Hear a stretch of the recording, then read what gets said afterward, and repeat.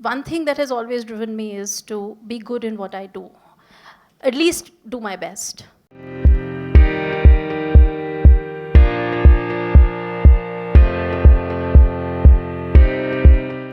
Dr. Shikha Bagai leads the India and Mauritius business of the VISTRA Group and is responsible for overseeing VISTRA Group's business growth across service offerings and clients in the sub-region. Shikha has held executive doctoral in business administration from the Indian School of Business. She is an MBA ISB, chartered accountant and certified public accountant USA, and has also cleared CA level 1 USA and is a level 2 candidate for the CAIA charter. She has 23 years of experience and expertise in the financial services industry. Shikha is a people and customer-centric leader with a strong track record of working with high-performing teams prior to joining VISTRA. Shikha was a part of the founding leadership team as a chief financial officer and investments head at Aditya Birla Health Insurance Limited. Previously, she spent over a decade in the capital market space as a part of the leadership team of security services business of a large domestic institution.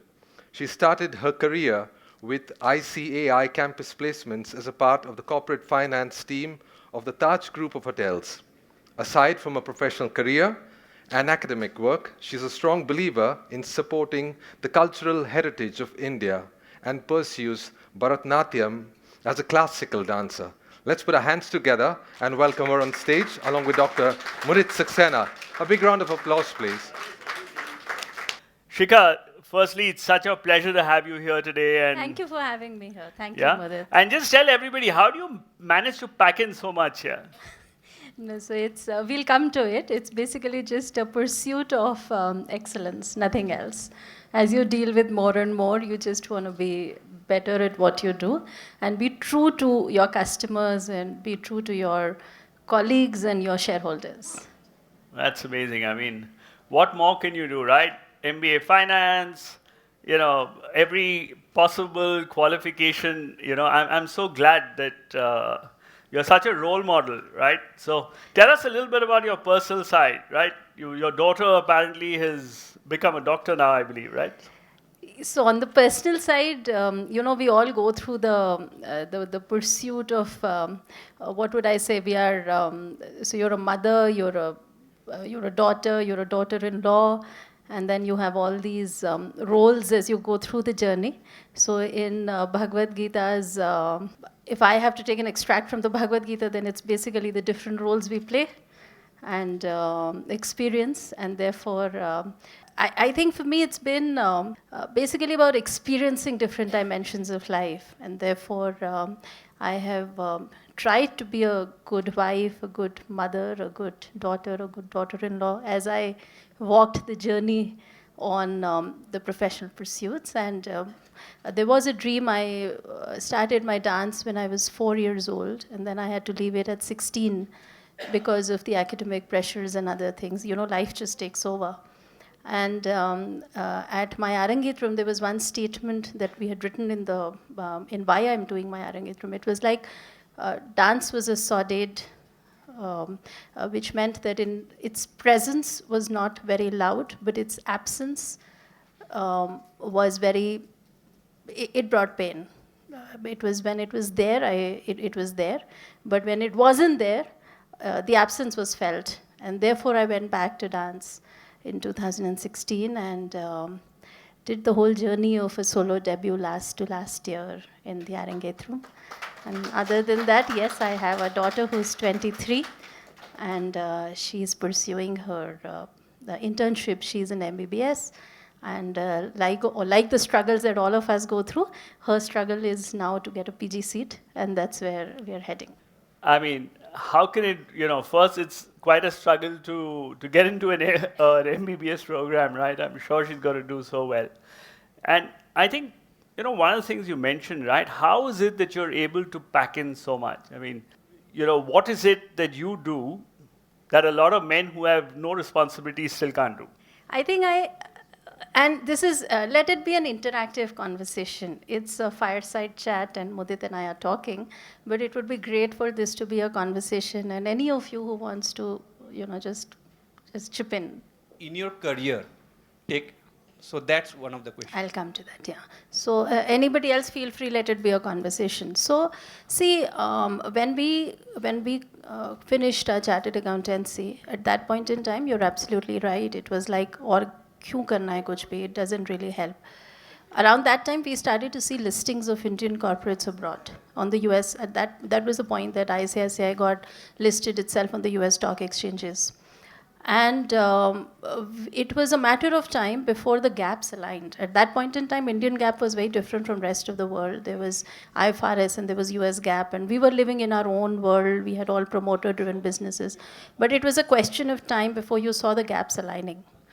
And some of it was came to me because we were doing some listings at London Stock Exchange and all of that. And I just wanted to understand that. It's just been one thing that has always driven me is to be good in what I do. At least do my best, and therefore it was not enough for me to just know Indian GAAP. I wanted to, and therefore I went to Denver, I wrote my CPA. And then as you grow in your functional career, there comes a point when you get offered business roles, or at that point in time, we were involved in M&As and all of that. And as you walk that journey, you start to realize that you need an overview of the business. So if you are somebody who, it's about whether you're inward looking or outward looking, whether it's a growth mindset or not. It's just that. Now, if you are outward looking, you will realize that at many points in time in life, you will feel that the strength that you have, at least it happened with me. I thought the strengths that I had were not enough for the challenge that lay ahead. It was as simple as that. When I moved from a functional role into a business role, I thought I wasn't ready or I wasn't equipped enough. And therefore, I went back to the business school because you can always argue, does MBA help, does it not help? And we can go into those technical deliberations for hours till cows come home. The thing is, do you need that skill? And do you think that skill will help you? And it's always been that. And therefore, you just think that something, and also the other thing is, this has been for Indian businesses. We have, for a long time, we had an India way of doing things, and we had other businesses in rest of the world.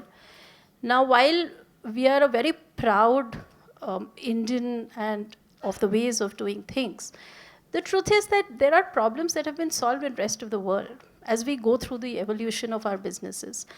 And it's good to stay open to those.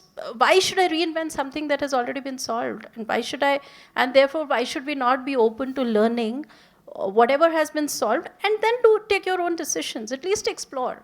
There could be a problem that has already been solved. And for me, the pursuit was that. To say that how productive, and that's also the answer to Mudit's question. It's not about packing, it's not about being greedy, it's about how productive do you want your life to be. And as you keep moving forward on that journey of productivity, you kind of start to be conscious in where you're spending your time and energy. How productive is that? And as you walk the journey of productivity, you'll be able to you just continue to become sharper and sharper and sharper in how you do things, and you want to bring the same thing to your business. You want to bring the same thing to your home. You want to bring the same thing to your life in terms of exploring all dimensions of life. So according to me, a success is not just a financial success or a career success. It's about how you're experiencing different dimensions of your life to the extent they touch you, and how deep you want that experience to be. And if you want that experience to be deep, then productivity is one road. You can also say that somebody who's doing a little but doing it really well, that also is success. But then it's just about touching different dimensions of life and making those experiences deep enough. Amazing. I mean, it's really, hats off to you, really. And just a lot of the executives, here in my program also struggle with, managing time, right? Everybody knows it's important to exercise, but not everybody manages. Everybody knows that they should have an inward routine, but they don't always manage. Give them a glimpse of what is your one day, right? How do you plan and how do you manage so that maybe they'll, just come to terms. If you can manage that, I mean, I don't think any of the, anybody in this audience has greater responsibility than what you have.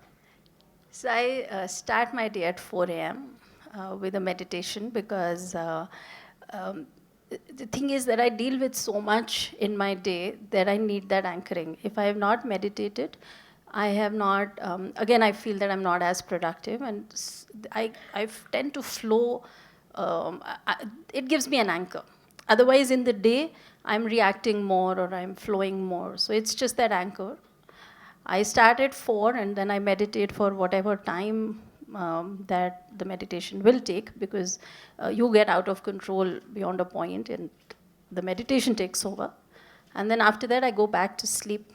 And then I get up again. I try to hit the gym. If I'm in Bombay, I'm traveling about at least 3 days in a week. And then you just start your work routine. And if you're studying, then what I find very useful, and this I learned from my daughter actually, I find it very useful to integrate that studies as I'm running through my day, rather than leave that 2 hours for studies at the end of the day because you're so tired by then. So if you're, while you're in the car, you'll try to finish some of the calls, you'll try to just play a couple of videos for your whatever, if there's an exam that you're taking or something. And then the day basically goes, and then at a point when, I mean, there was a point when I was also going for my dance in the late evenings. And then you hit home, basically, and then spend the time with people at home. That's not what every day looks like, because there is a lot of rest of the world engagement, and a lot of times US calls will start at whatever time they start, go on late into the day. So you keep adjusting yourself. What helps is if you are determined about being productive. And every time it has been like that for me. Once I have decided that I need this dimension and I need to experience it, the time actually finds itself. You just find yourself becoming sharper and sharper and sharper with things. And the other thing that helps is to understand that I'm not indispensable anywhere. Everybody can get on without me. And therefore, some of the things at work, where you think, no, I have to be in this meeting, otherwise these guys will goof up or something. You just start to realize you're not really that important, and you let the team take over. And therefore, your presence for meetings, for those customer calls, for the shareholder calls, or the EXCO calls, if you're adding value, you're there. If you're not adding value, there's no point of being there. So you just keep becoming sharper and sharper. Are you a mid-career leader who wants to earn 1 crore, or who wants to become a CTO, a CIO, a CDO, a CISO, a CFO, a CRO, or any other C-suite or CXO role?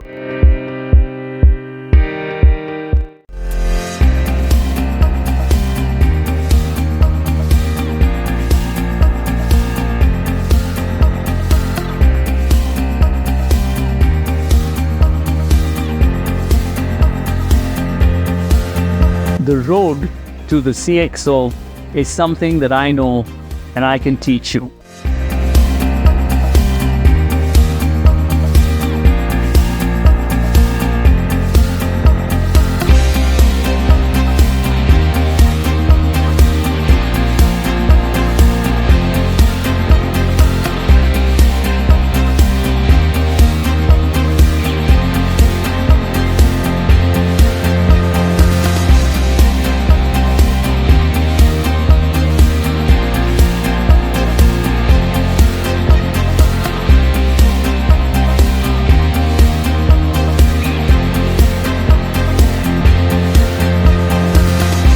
So don't delay, click on the link below.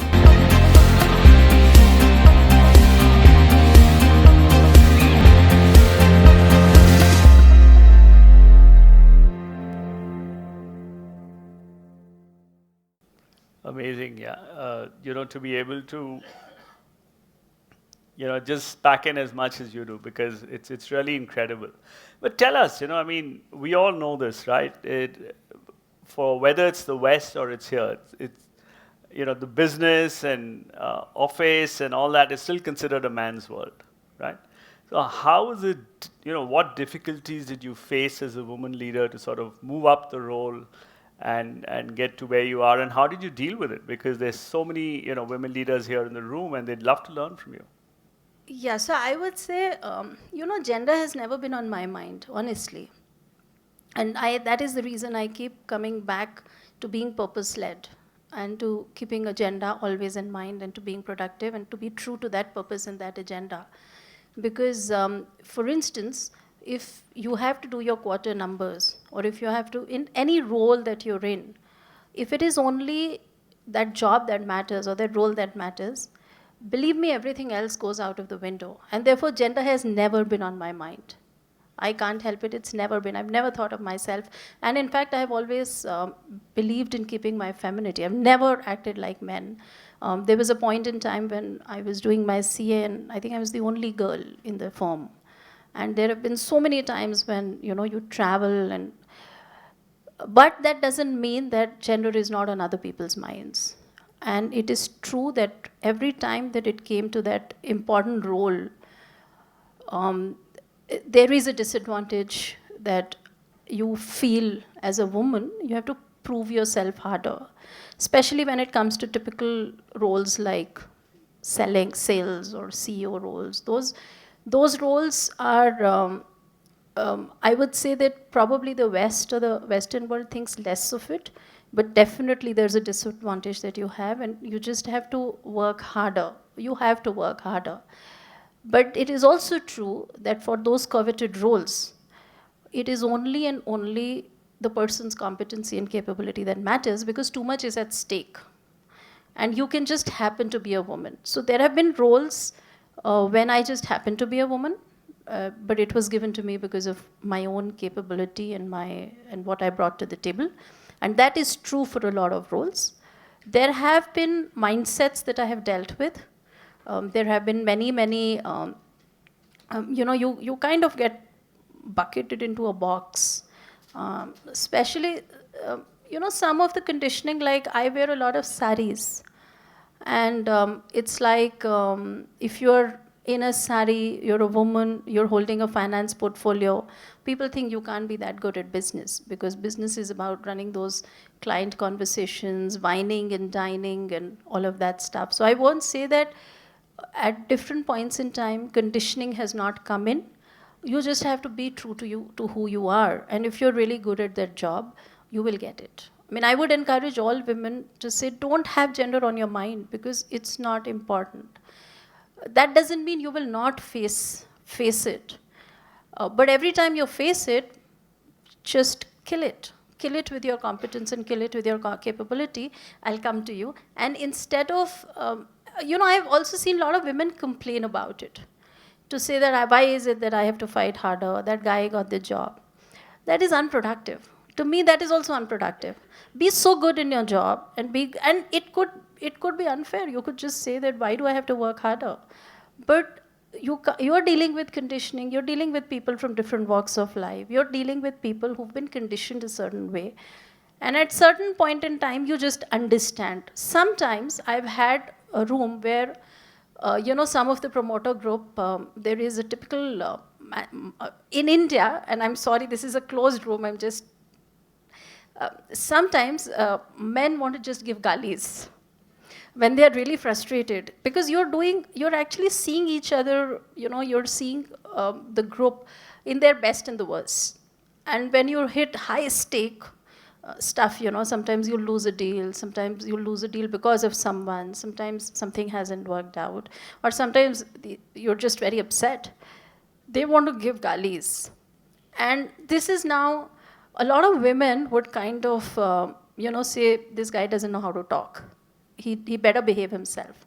And I have never minded it. For the simple reason, you can say it's controversial, but if the people that I'm working with cannot be themselves for meeting those agendas, I don't want them to be someone that they're not, and to be, to continuously cover up, because if I don't allow them to be who they are, we will never be able to be as productive and as effective as we can be if people are themselves. So just let them be. Now, a lot of people will find that controversial to say, sometimes I've been the only woman in the room, and these guys we are discussing something, and these guys are just going gali after gali after gali and whatever.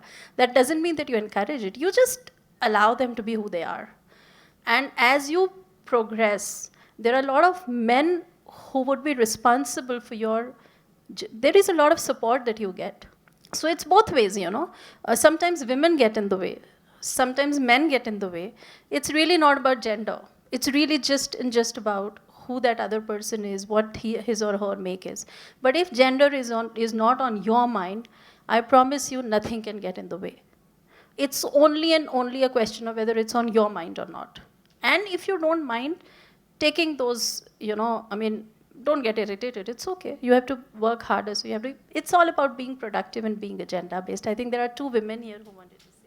How don't you, sometimes I have observed myself, I go into my masculinity, and when that phase is done, I don't like myself, what I was in the same day, by end of the day. So how you maintain that? How you stop yourself, how control yourself going, entering into your masculinity? Thank you for that. So see, it's about being true to who you are.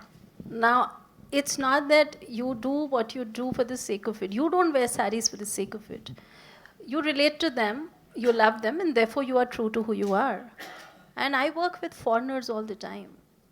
And I have walked the streets of London in a sari. I have walked the streets of, not because I can't do Western. It's not that. It's just that you are true to who you are.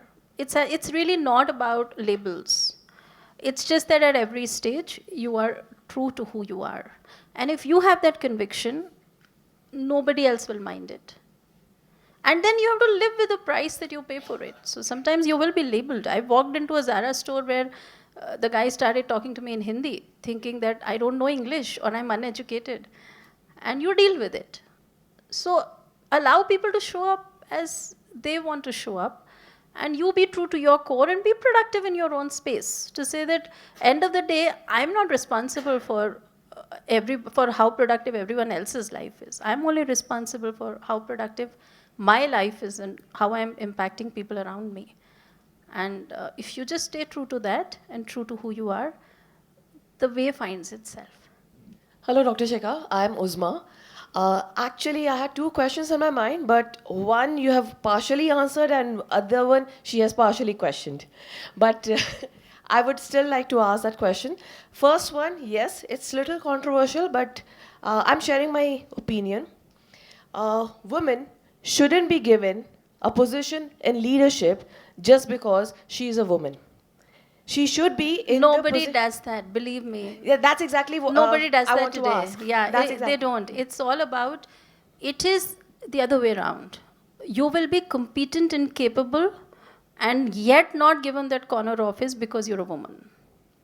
Nobody is given a role because they don't deserve it. I don't think that happens today. See, there is a section of women, we have to understand all dimensions. There is a section of women from, say, tier 2, tier 3, tier 4, where there is a conditioning that they've grown up with.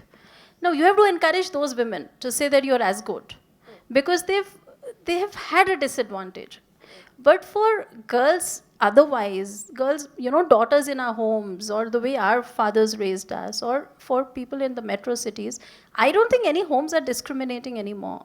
And the workplaces are not discriminating at all. Yes, people have some diversity goals that need to be, of course, met.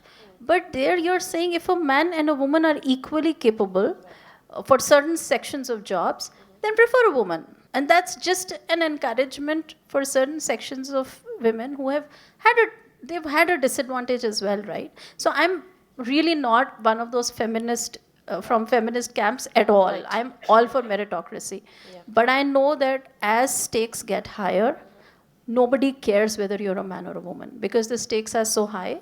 You better be the best person for the job, and it just happens that you're a woman. That's how it works at certain levels. At certain levels, maybe at entry level or a few levels above that, people still have diversity goals, and once in a while they may give in. But nobody gives job to a woman because she's a woman. I don't think that happens anymore. Well, I'm really glad if that doesn't happen, because it's the same thing. I would like to share it in another example. Like, for example, if I want to undergo a surgery, I wouldn't look for a surgeon out of diversity. I would look for a surgeon who has the right experience, who I can feel confident that I can go for a surgery with, irrespective of the gender. So it's the same opinion that I believe that happens in the organization. Conditioning is there. Doctors, women doctors are called nurses. That is how it is, especially in cities outside of the metros. If you have an OPD person, a OPD surgeon who's a woman, people prefer not to go to them. That is our truth. So I'm not saying, I'm saying conditioning exists. You just have to make your way through it. Thank you for that. I have another question. You have a very powerful feminine presence. The moment I entered, I walked in, I saw you, I did notice you. It was absolutely not possible that you go unnoticed. How did you build that? It takes time, it takes effort. Sometimes it's natural, but I believe the way you are carrying yourself, there's a power presence, there's something that you carry as a signature style. How did you build that over the time? I haven't built it at all, it just happened. That's what I'm saying. You just sit in that meditation every single day, you do your best, and you are just true to yourself. And people think I don't think it's powerful. I'm a lot of people bully me all the time, and therefore I don't think that's true. But if that is how it comes up, then it's not deliberated at all. There's no effort that has gone there. It's just being true to who you are all the time. Uzma, some people just have good taste in saris. Yeah, Anima wants to ask a question and then we'll come here. So just a follow-up question. Whenever you are working somewhere, how people perceive you is very important. And that plays a big role in your career growth and all. So has it happened that you being so feminine and always being true to yourself anyhow, so has it interfered in your journey? See, again, I would say you remain true to who you are, and when agenda is the business, when your only agenda is business, and when your only agenda is work to really deliver whatever you're set out to deliver, that is what sets out. I've had that all the time. I was a Birla CFO at a time when Birlas only had men CFOs. If you would enter in one of the meetings, you would only see on an ABG day, which is an Aditya Birla Group day where KMB himself conducts things, you would only see black and blue suits. There were really very few women. You would see very few women. And especially, they would have men who would be strong CFOs, who would say, just get out of the room, don't ask me for budgets. And I was always a very partner. I was always a business partner. I've not known any other way. And in Birla, people got used to that. They started to, in fact, really find that a big strength to say that their CFO could partner with them like a business partner.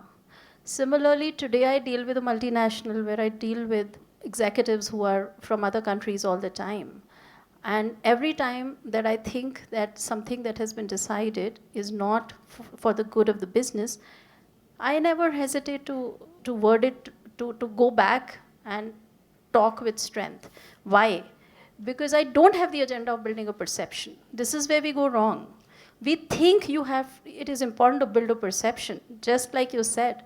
No, there is no need to build any perception, just be yourself. And if you are agenda driven, if you mean business, if you are true to what you're set out to, the perception will build itself. You don't have to worry about it. And this is exactly where we go wrong. Nobody wants you to, if you worry about perception, you cannot be agenda focused and you cannot be true to what you set out to do. Yeah, that's so true, because if you're not true to yourself, how long can you exist and to the agenda? So if it's about a business, it doesn't matter whether you're annoying someone or not. It doesn't matter whether somebody likes what you say or not. You just say what you need to say. And it could go either ways, and you just deal with it then. Hi, I'm Mudit Saxena. I'm a Global CXO leadership coach. I'm globally awarded. I'm a TEDx speaker. But you know what's most important? My students have become CEOs, CXOs. My students have got 100% increase in their salary. Some of them earn more than 1 crore. Some of them didn't have jobs and they found new jobs. I've been a CXO. I worked in 5 countries over the last 30 years, and I've impacted 10,000 lives across the world. My students have come from the US, Europe, Middle East, Africa, and Asia. The road to the CXO is something that I know and I can teach you. So I look forward to working with you, and if you're interested, just book a call with me in the link below.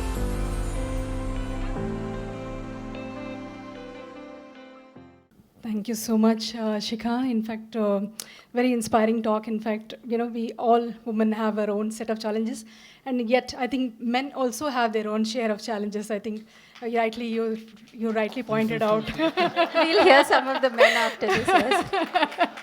Yeah.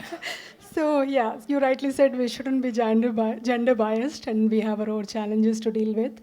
My question to you was that you have played the roles as a CFO in financial space all along, and then you moved on to VISTRA as a managing director, and I think you are as a market lead, as I see your LinkedIn right now. I just wanted to understand how you're embracing the new AI culture, whatever we are bringing. I think I understand that VISTRA has launched Jenny last month, and I wanted to hear from you of your perspectives coming from a financial background and then coming into marketing space and probably looking up to the creating opportunities for. Yeah, so that space was very dear to me. I've spent a lot of years on the funds, and therefore I resonated with it. The Genie is more about bringing AI into, so it's basically trying to create an Amazon for a company incorporation. That is, because we do a lot of entries across the globe. So if you want to create a company, do you have to call that local market, or can you just go on the platform? And so it's more about that. AI is, of course, coming everywhere, and therefore you just try to, it's more about making things more and more platform driven, more and more intelligent, and using less and less of people. So we do that all the time. I think every business is doing that all the time. And what you worry about is are you doing it, for instance, what kind of scalability are you working with, and what is it that your competitors are working with, and how fast would the way you do things get disrupted by a competitor you never thought would really come into your space. So those are all everyday challenges of the business, and you deal with them to the best of your ability. As a market leader, or bringing the I don't know whether you're actually looking at promoting these products in India and Mauritius. So we have you build a business the way you build it in the market, and that has many dimensions of how your the customer acquisition, conversions, ensuring your customers are happy, and all of that. So we do all of that. Okay, just wanted to understand, coming from a financial space, now getting into this, it could be a different perspective. There is finance and AI are no longer different. It's all integrated, right? Everything is integrated. True. Yeah. Okay, great. One question which I'm sure a lot of people here would really like to know is, the Global CXO Accelerator Program helps mid-career leaders to get to those CXO levels. So as a CEO today, firstly, maybe you can tell us, what was your journey? What do you think really helped you take a leap to the CFO, which got you into the CXO band? And then today, as a CEO, when you look at hiring your one downs, right, in terms of what is it that you look for? Being a CFO, I think it's been about 25 years. I think 2006 is when I got the role of a CFO. And I have never, at one point in time, I have had this heated debate with my CEO when he has told me that because I kept a budget, I wouldn't let him go beyond a point. And I said, there's no way that you're going beyond this. And he said, where is your responsibility for business? Where does it start and where does it stop? I want to ask you. And I said that my responsibility, in my mind, is more than yours. It is at least equal to yours, if not more.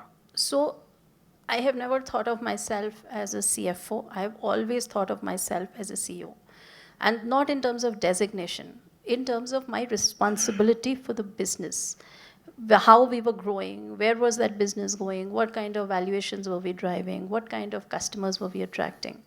And in that sense, of course, there was a role, but I would say, and that is how, and every stage, and many times in my life, I have felt that I'm not competent, or there is a gap in where I should be and where I am. And that is when I've gone back to school, or I've basically filled the gap. So CFO was very natural to me because I've been a finance person through and through. But I think what worked really in my favor was that I never thought of myself as only a CFO, because I was always building businesses. I was always a business partner. And that is when people thought that I could also do a CEO's role well enough, because it never mattered to me. Again, the label never mattered to me. It was always about delivering those numbers, delivering that plan. And, I've never missed my numbers for a long time, other than a few very crazy quarters when there would be external factors. And it's not because of, there's no arrogance there. It's just that you're so involved with the business, and you're so, you just want to do things right. And therefore, it's been like, it was a label change more than anything else. But it was difficult. It was difficult because I struggled with, the minute I took over as a CEO, my struggles were different. I was, for instance, I found myself way more reactive than I should be. And it was like, it was overwhelming initially. It was because, and I thought that I was overwhelmed. And that is why I was reacting so much, I would. And then I worked at it, and I have always asked my team to give me the feedback for where they think, what is it that my development plan should be, has always been 360 degrees. Superiors, peers, and team. And I have always periodically gone back to my team to say, what is it that you want me to work on? Tell me what. And it kept coming back to say, you should be less reactive. You get overwhelmed, and that is then what I started working on. So whatever came as feedback from the team was what I worked on. What is it that I look for in my teams now? Primarily the attitude. Because you can build the technicals, but it's very difficult to build the attitude. And I look for capacity to be candid, capacity to realize that we have a certain milestone or a certain goal that we have to get to. And together we must figure out what each of us lacks or is strong on. So I say my job is only and only to amplify strengths of my people and ensure that their weaknesses are not impacting the business.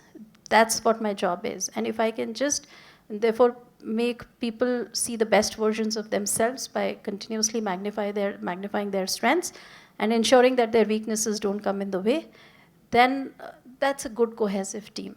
And in a good cohesive team, it means that you should be able to hold each other's throats and fight to the end of the world every single day if you have to, and not be shy about it. One small practice from the US Navy SEALs or even the US Air Force, they have a concept of debriefing. That means that after every flight that they take, they come back, they sit in the room, and they have a practice of debriefing where everybody is brutal. They are brutal on the feedback, and nobody minds it because they know it's not personal. So I always I really like those kind of debriefs where we are brutal with each other, and we have the capacity to take that just because it's a tough business and you don't want to go wrong, and therefore you want to keep every single day seeing what is it that you're not doing right and where are each of us getting in the way. And if we just keep doing that and not take that personally, generally you will generally keep moving with a certain amount of alignment and understanding, which is not just on the surface. बहुत अच्छे से बात हो रही है, सब हंस रहे हैं, खेल रहे हैं, families घर पे आ रही हैं, all of that is happening. But in my space or in your space, you're thinking something very different. You're thinking this guy is not up to the job. What should I do about him? No, the first conversation would be, you're not doing this, you're not up to the job. These are the dimensions that we need you to work on because it's impacting all of us. And then hasna khelna.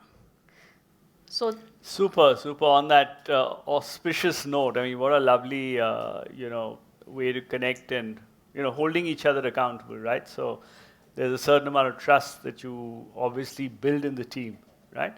So on that, ladies and gentlemen, can we just stand up and give her a standing ovation, yeah? Can we go a little bit louder? Okay, that's good. Great.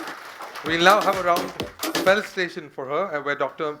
Mudit and Vandana Saxena will join Dr. Mudit to felicitate Dr. Shikha Bagai. Immensely, immensely proud of you all the time, and I just love you. In the center, please. I'm also part of the photograph, but I think I can also join in too if I... come.